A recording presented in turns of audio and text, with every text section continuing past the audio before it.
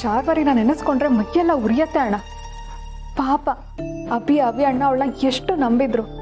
ಈಗ ಅವರಿಗೆ ಅವಳ ವಿಷಯ ಗೊತ್ತಾಗಿ ಅದು ಎಷ್ಟು ಸಂಕಟ ಪಡ್ತಿರ್ತಾರೋ ಏನೋ. ಅಭಿ ಅಣ್ಣನೂ ಅಭಿನೂ ಅವಳಿಗೆ ತಾಯಿ ಸ್ಥಾನನ ಕೊಟ್ಟಿದ್ರು. ಆದ್ರೆ ಅವಳಿಗೆ ತಾಯಿ ಸ್ಥಾನನ ಉಳಿಸ್ಕೊಳ್ಳೋ ಯೋಗ್ಯತೆ ಇಲ್ಲ. ಬೇವಿನ ಮರಕ್ಕೆ ಬೆಲ್ಲದ ನೀರು ಹಾಕಿದ್ರೆ ಬೇವಿನ ಹಣ್ಣು ಸಿಹಿ ಆಗುತ್ತಾ? ಅವಳೊಂಥರ ರಾಕ್ಷಸಿ. ಅವಳಿಗೆ ಎಷ್ಟೇ ಪ್ರೀತಿ ತೋರಿಸಿದ್ರು ವಿಷ ಕಾರ್ತಾನೆ ಇರ್ತಾಳೆ. ಹೌದಣ್ಣ, ನೀನು ಹೇಳ್ದಾಗೆ ಅವಳು ರಾಕ್ಷಸಿನೇ. ಅವಳಿಂದಾಗಿ ಅದು ಎಷ್ಟು ಪ್ರಾಣಗಳು ಹೊರಟೋಗಿದೆ. ಈಗ ಅಭಿಗೂ ಅಭಿ ಅಣ್ಣಂಗೂ ಅವಳ ವಿಷಯ ಗೊತ್ತಾಗಿದೆ ಅಂತ ಅವಳಿಗೆ ಗೊತ್ತಾದ್ರೆ ಅವ್ರ ಪ್ರಾಣಕ್ಕೂ ಏನಾದರೂ. ಅವಳೇನಾದರೂ ಆ ಥರ ಯೋಚನೆ ಮಾಡಿದ್ರೆ ನಾನು ಮತ್ತೆ ಜೈಲ್ಗೆ ಹೋದ್ರೂ ಪರವಾಗಿಲ್ಲ, ಅವಳನ್ನ ಕೊಂದೇ ಬಿಡ್ತೀನಿ. ಅಣ್ಣ, ಸ್ವಲ್ಪ ಸಮಾಧಾನ ಮಾಡ್ಕೊ. ಇಲ್ಲ, ನೀನು ಹೇಳಿದ್ದು ಸರಿನೇ. ನಾನು ಇದ್ರ ಬಗ್ಗೆ ಯೋಚನೆ ಮಾಡಿದ್ದೀನಿ. ನಾವು ಯಾವುದಕ್ಕೂ ಹುಷಾರಾಗಿರ್ಬೇಕು. ನಾನು ಅವರಿಬ್ಬರಿಗೂ ಕಾವಲಾಗಿರ್ತೀನಿ. ಅವಳಿಗಾದಷ್ಟು ಬೇಗ ಶಿಕ್ಷೆ ಆಗಬೇಕು. ಅವಳನ್ನ ಕಂಬಿಯಿಂದ ಕೊಳೆಯಾಗಿ ಮಾಡಬೇಕು. ಅಣ್ಣ, ಈ ಮೊಬೈಲ್ನ ನೀನು ನಾಳೆನೇ ರೆಡಿ ಮಾಡಿಸು. ಈ ಮೊಬೈಲ್ ರೆಡಿ ಆಗಿ ನಮಗೆ ಆ ವಿಡಿಯೋ ಎಲ್ಲ ಸಿಕ್ತಿದ್ದ ಹಾಗೆ ಅವಳ ಬಣ್ಣ ಎಲ್ಲ ಬಯಲಾಯ್ತು ಅಂತಾನೆ ಅರ್ಥ.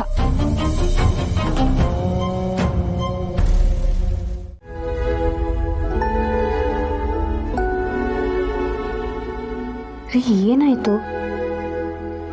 ನೀವು ನಿನ್ನೆಯಿಂದ ಯಾವುದೋ ಯೋಚನೆಲಿದ್ದೀರಾ. ನನ್ನ ಹತ್ರನೂ ಸರಿಯಾಗಿ ಮಾತಾಡ್ತಿಲ್ಲ. ಅದೇನು ಅಂತ ನನ್ನ ಹತ್ರ ಹೇಳ್ಕೋಬಾರ್ದಾ? ಸಾರಿ ಪೂರ್ಣೆ, ಆಫೀಸ್ ಕೆಲಸಗಳಿಂದ ಡಿಸ್ಟರ್ಬ್ ಆಗಿ ಸಂಬಂಧಗಳನ್ನ ನೆಗ್ಲೆಕ್ಟ್ ಮಾಡ್ತೀವೋ ಅಥವಾ ಸಂಬಂಧಗಳಿಂದ ಡಿಸ್ಟರ್ಬ್ ಆಗಿ ಮನಸ್ಸುಗಳನ್ನ ಹಾಳು ಮಾಡ್ಕೋತಿದ್ದೀವೋ ಗೊತ್ತಾಗ್ತಿಲ್ಲ. ರೀ, ಏನು ಮಾತಾಡ್ತಿದ್ದೀರಾ ನೀವು? ಓಹ್, ಸಾರಿ ಪೂರ್ಣೆ, ಏನೋ ಹೇಳೋಕ್ಕೋಗಿ ಇನ್ನೇನೋ ಹೇಳ್ತಿದ್ದೀನಿ. ಅದು ಕೆಲಸದ ಟೆನ್ಷನು. ನಿನಗೆ ಟೈಮ್ ಕೊಡೋಕ್ಕಾಗ್ತಿಲ್ಲ, ನನ್ನ ಕ್ಷಮಿಸ್ಬಿಡು. ಇಷ್ಟಕ್ಕೆಲ್ಲ ಕ್ಷಮೆ ಯಾಕೆ ಕೇಳ್ತಿದ್ದೀರಾ? ನಾನೇನೋ ತಮಾಷೆಗೆ ನಿಮಗೆ ರೇಗ್ಸಕ್ಕೆ ಹಾಗೆ ಹೇಳಿದೆ ಅಷ್ಟೇ. ಇಲ್ಲ ಪೂರ್ಣೆ, ನಿನ್ನಿಂದ ಚಿಕ್ಕಮ್ಮನ ವಿಷಯನ ಮುಚ್ಚಿಟ್ಟಿದ್ದೇನೆ. ಸದ್ಯಕ್ಕೆ ಅದನ್ನೆಲ್ಲ ನಿನ್ನ ಹತ್ರ ಹೇಳುವಂಥ ಪರಿಸ್ಥಿತಿಯಲ್ಲಿಲ್ಲ. ಹಾಗಾಗಿ ನನ್ನ ಕ್ಷಮಿಸ್ಬಿಡು. ರೀ,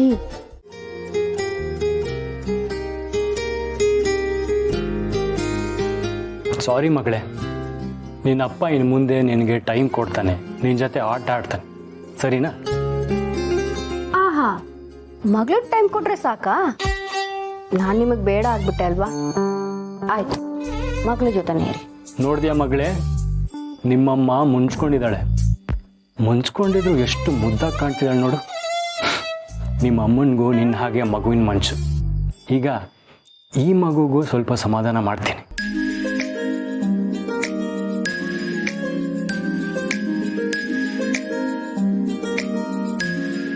ನನ್ನ ಜೀವನನೇ ನಿನಗೆ ಕೊಟ್ಟಿದ್ದೀನಿ, ಅಂಥದ್ರಲ್ಲಿ ನನ್ನ ಟೈಮ್ ನಿನಗೆ ಕೊಡಲ್ವಾ? ನನಗೆ ಯಾವಾಗಲೂ ನಿನ್ನ ಜೊತೆನೇ ಇದ್ದು ಬಿಡಬೇಕು ಅನ್ಸತ್ತೆ ಪುಣ್ಯ.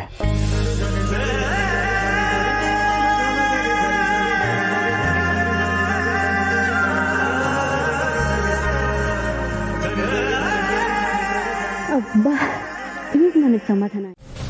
ಅಂಥದ್ರಲ್ಲಿ ಅವನೇನಾದ್ರೂ ಈ ಆಡಿಯೋನ ಕೇಳಿಸ್ಕೊಂಡ್ಬಿಟ್ರೆ ಸುಮ್ಮನೆ ಇರ್ತಾನ? ಇದೆಲ್ಲ ಎಲ್ಲಿಂದ ಎಲ್ಗೋ ಹೋಗೋ ಥರ ಕಾಣ್ತಾ ಇದೆ.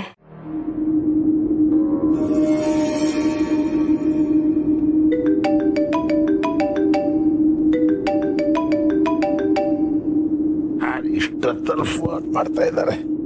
ಮುಂದಿನ ಜನ್ಮ ಅಂತ ಇದ್ರೆ ಈಗಣಿಯಾಗೆ ಹುಟ್ಟಬೇಕು. ಅವರು ಕಾಲ್ ಮುರಿದು ಮೂಲೆ ಕೂಡಿಸ್ಬಿಡ್ಬೇಕು.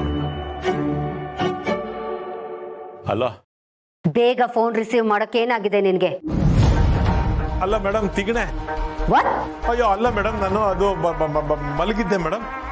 ಮಲಗಿದ್ದೆ, ಒಳ್ಳೆ ಕನ್ಸು ಬೀಳ್ತಾ ಇತ್ತು ಮೇಡಮ್. ಕನ್ಸಲ್ಲಿ ನಾನು ಶಡಪ್.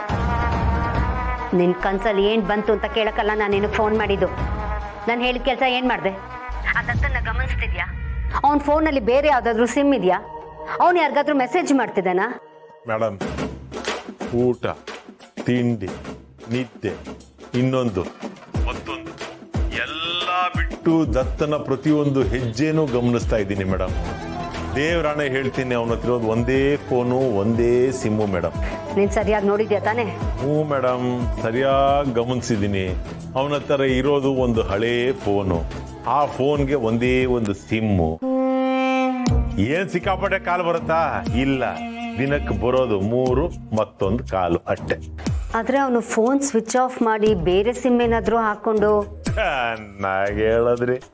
ಅಪ್ಪಿ ತಪ್ಪಿ ಅವನ ಫೋನ್ ಏನಾದ್ರೂ ಆಫ್ ಆಗಿಬಿಟ್ರೆ ನನ್ನ ಹತ್ರ ಎತ್ಕೊಂಡ್ ಬರ್ತಾನೆ, ಸ್ವಲ್ಪ ಇದನ್ನ ಆನ್ ಮಾಡ್ಬೋದು ಅಂತ. ಅದ್ರಲ್ಲಿ ಅವನು ಇನ್ನೊಂದು ಫೋನ್ ಯೂಸ್ ಮಾಡೋದು, ಆ ಫೋನ್ಗೆ ಸಿಮ್ ಹಾಕೋದು, ಅದರಿಂದ ಮೆಸೇಜ್ ಕಳಿಸೋದು. ಅಯ್ಯೋ, ಇವೆಲ್ಲ ಆಗದೆ ಇರೋ ಹೋಗದೆ ಇರೋ ಕತೆ ಬಿಡಿ ಮೇಡಮ್. ನೀವೇನು ತಪ್ಪು ತಿಳ್ಕೊಳ್ದೆ ಇದ್ರೆ, ಆ ನಿದ್ದೆ ಅನ್ನೋ ಪರಮಾತ್ಮ ನನ್ನ ಕಣ್ಣಂಚಲ್ಲಿದ್ದಾನೆ. ಫೋನ್ ಕಟ್ ಮಾಡಿ ಮಲ್ಕೊಂಡು ನಿದ್ದೆ ಮಾಡಲ ಮೇಡಮ್? ತುಳಸಿನೂ ಮೆಸೇಜ್ ಮಾಡಿಲ್ಲ, ದತ್ತನೂ ಮೆಸೇಜ್ ಮಾಡಲಿಲ್ಲ. ಹಾಗಾದ್ರೆ ನನ್ನ ಬಗ್ಗೆ ಯಾರಿಗೆ ಗೊತ್ತಿರೋಕೆ ಸಾಧ್ಯ? ಏನ್ ಮಾಡಲಿ? The subscriber is currently switched off. Switch off. ಇರಿ, ನಾನು ನಿಮ್ಮ ಜೊತೆ ನೇರವಾಗಿ ಮಾತಾಡಬೇಕು ಅಂತ ಮೆಸೇಜ್ ಮಾಡ್ತೆ. ನಿಮ್ಮ ಜೊತೆ ನಾನು ಮಾತಾಡಬೇಕು. ಸುಮ್ಮನೆ ಮೆಸೇಜ್ ಮಾಡೋದ್ರಿಂದ ಯಾವ ಲಾಭನೂ ಇಲ್ಲ. ನೇರವಾಗಿ ಮಾತಾಡಿ. ನಿಮ್ಗೇನೇ ಬೇಕಿದ್ರೂ ಕೊಡೋಕೆ ನಾನು ಸಿದ್ಧ. ನನಗೆ ಕಾಲ್ ಮಾಡಿ. ಇಲ್ಲ ಅಂದರೆ ಇದೇ ಕಡೆ ನಾನು ಮತ್ತೆ